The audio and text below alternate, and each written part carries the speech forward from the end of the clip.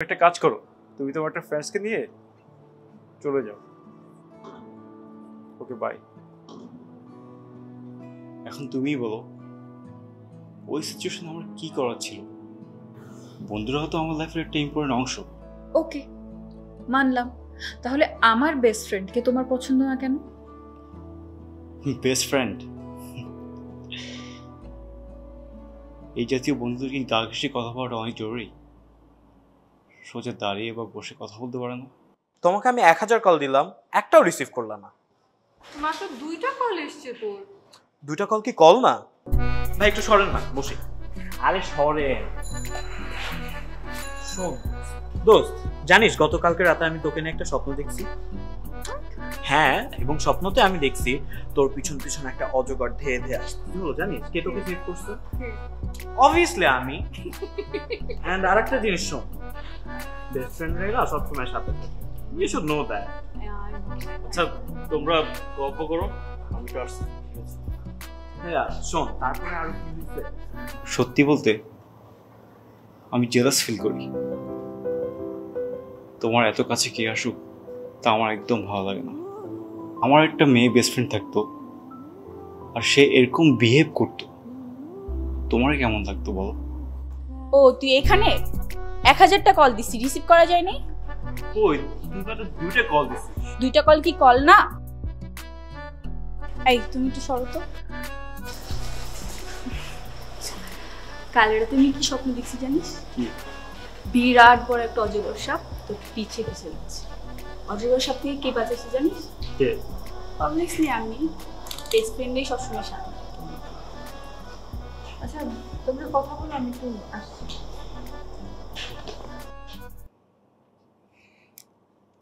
ওকে, মানলাম।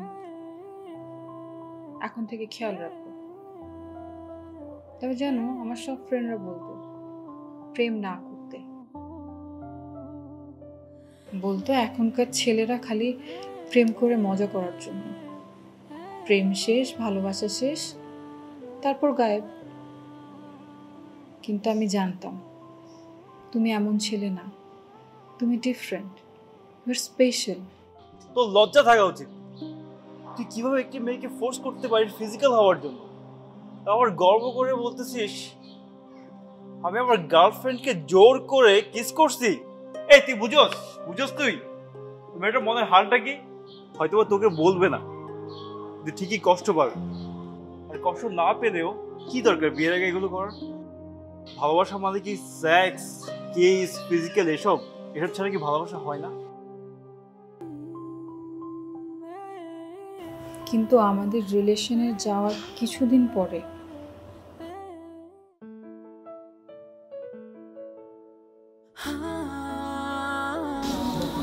যাবাও আমার ফ্রেন্ডস জিজ্ঞেস করে আমাদের মধ্যে কিছু হয়েছে।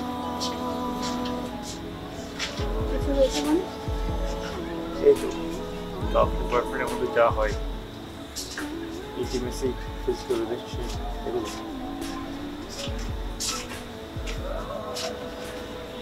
তুমি কে বললে? কি আর বলবো, হয়নি। কিন্তু হওয়াটাই তো নর্মাল, তাই না? Wait, what?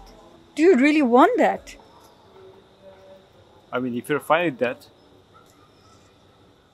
মানে কি আবির?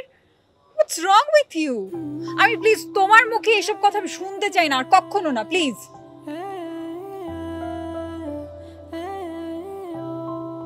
জানো আবির, ওই দিন তোমাকে খুব অচেনা একজন মানুষ মনে হচ্ছিল।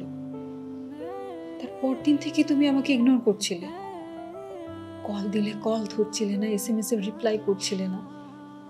আমি ভীষণ ভয় পেয়ে গিয়েছিলাম। আমি বুঝতে পারছিলাম না যে আমার কি করা উচিত, আমি কি করব, কি বলবো তোমাকে।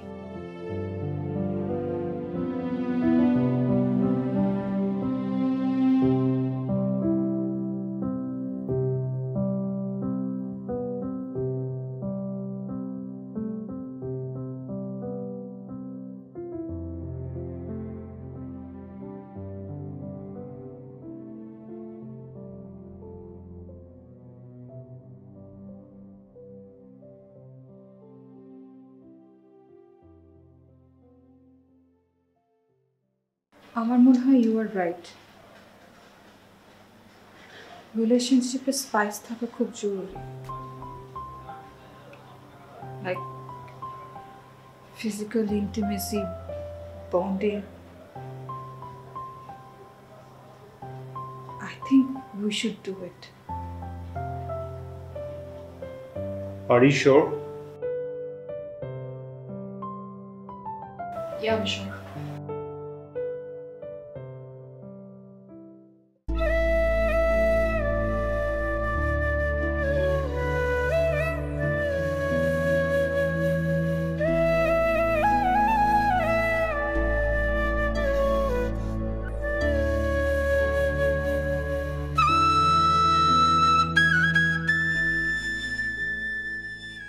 ওই দিন আমার একদম ইচ্ছে ছিল না,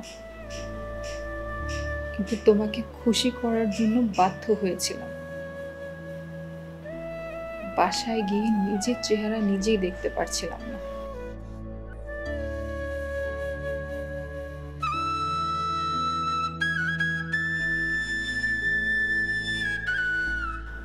ভালোবাসা টিকিয়ে রাখতে কি আবির এসবের প্রয়োজন ছিল? না,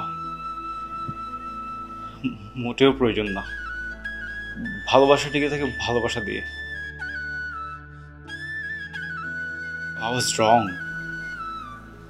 আমার ভুল ছিল। I'm sorry. I'm extremely sorry. কিন্তু ওই দিন তুমি যদি তোমার মনের কথাটা শেয়ার করতে, যেমন আজ করেছো, তাহলে কিন্তু আমি আমার ভুল ওই দিনই বুঝতে পারতাম।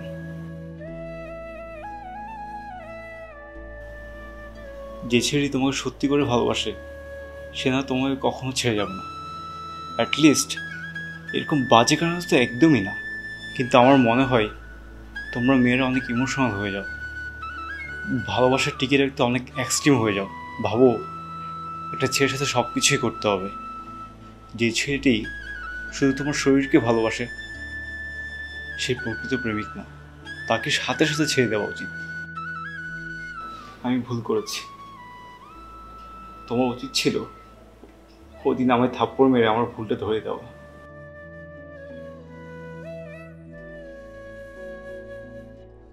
তুমি কি আমাকে মাফ করতে পারবে?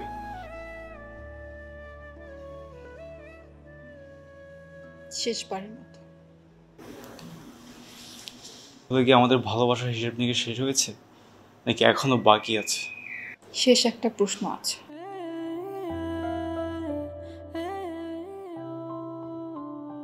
এটা কি তোমার লাভ নাকি লাস্ট?